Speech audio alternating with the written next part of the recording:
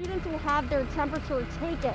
Once they receive the green light, they'll sit in their assigned seat. 1,000 Illinois lives lost due to the COVID-19 pandemic. Garbage piled up in that shed here behind me, the basement too. And at some point, neighbors tell me the top bedroom floors, the windows will be completely open. Obviously, my favorite section is the cooking aisle because I love food, as is all the morning crew. Table in their driveway, kind of like this, and it can be individually wrapped. That way people won't have to go up to the door. Instead of learning in person, usually behind a desk, many students transition to a new setting behind a computer screen. This machine, it packs and sorts a massive amount of quantity of cannabis. And Cresco actually purchased it because they don't want the demand to outweigh the supply. And that's exactly what could happen in 2020. The Sangamon County Sheriff's Department just confirmed the identities of the 3 people who were killed in this plane crash. 69-year-old John Evans of Glen Arm, also Frank Edwards, as we've been reporting all morning, 69 as well, and 63-year-old Cinda Edwards, the current Sangamon County coroner, all dying in this plane crash. It happened yesterday around 3 p.m. I want to show you and step out of the way and show you exactly where we are. We're actually about a few hundred yards from that scene. We also know this morning both the FAA and the NTSB are here. The agencies told us over the phone this morning it could take as long as a year to figure this whole thing out. Right, I'm ready to see if my bet wins. All right, let's get it going. Let's go. Come on, Vicky, go, go, go, go. There we go. That's Captain Ham America in the lead right now. Captain Ham America. Oh, he's winning. Yeah. There we go. Let's go.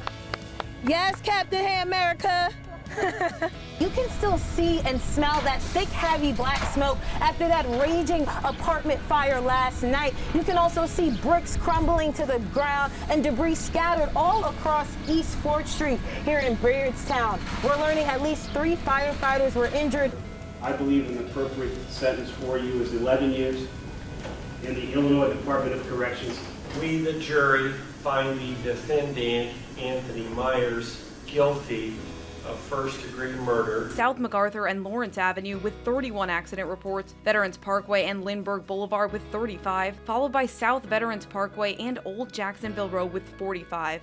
The top 2 intersections are Sangamon Avenue and Dirksen Parkway with 55, followed by Wabash Avenue and Veterans Parkway with 61.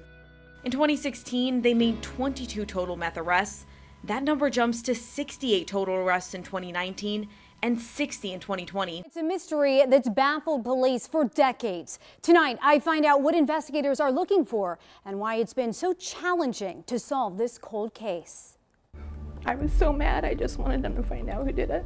Janelle Jarris was just 15 years old when her older sister, Shayna Marie Jarris, was murdered in her own apartment. She was stabbed over 50 times from just above her breast to her neck. Shayna was just 18. I don't know anybody who would ever want to hurt her. That's what's so strange about the whole thing. The story begins on October 31st, 1995. Shayna's father, Dwayne Jarris, stopped by her apartment to take his then 10-year-old son, Stephen, trick-or-treating.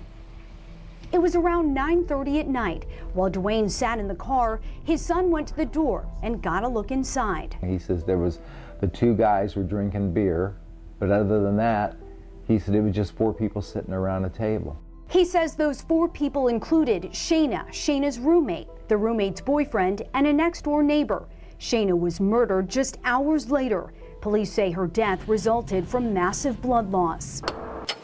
I was able to find old newspapers which say it was almost 7 in the morning when Shayna's body was found on November 1st, 1995. I've had people call me and say that they know who killed her, and it always comes out to be that they don't know anything. We had a guy in prison that said he murdered her, but that came out, not to be true. Since Shayna's murder, not one arrest has been made. Was it someone she knew? Could whoever killed her still be in Nokomis? But I don't believe they are, because when it happened, everybody went different directions. Everybody that had contact with her in the last 24 hours left the state.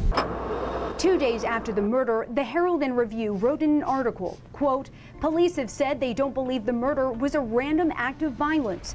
But when I asked Illinois State Police Special Agent Randy Custer to confirm, he said, "Yeah, at this point in time, I couldn't specify or or make a determination whether it was a random act or not. He's been working on the case for 3 years and is here to spur up a renewed interest. So often over time, people have a tendency to forget about these cases. And again, the public needs to understand that the small amount of information could open this case wide open, and that's what investigators need. He says police have consistently received tips in the last 24 years. I know the investigators early on said in the first 18 months they had over 100 tips called in.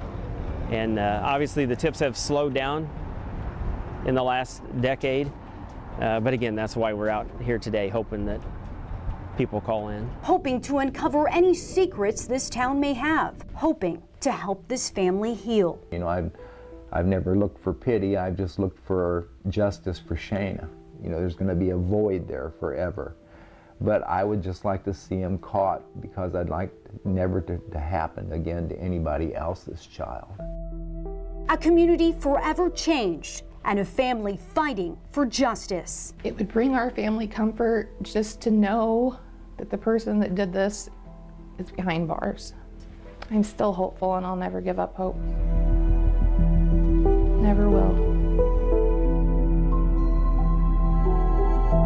217 Burger Week starting today. That means that you can order the best burger at select restaurants all over Springfield. Yeah, it's a fun annual tradition. Photojournalist Matt Whitlock takes us on a tour of some of the top eateries. The Burger Weeks are actually fantastic. Not only us, but they help a lot of businesses throughout Springfield. Man, that's amazing. It's really cool to see a lot of the different businesses throughout Springfield come up with something unique that's not typically on their menu. We kind of had some feedback from the older generation about peanut butter and mayonnaise sandwich, and me and the owner sat down together and came up with the burger ideas. The peanut butter adds a nice extra layer of savory flavor to it. It's pretty good. What we did is we wanted to showcase two of our best items. It definitely drives up business, but we get a lot of people come in here for our regular menu too, and just a lot of fun.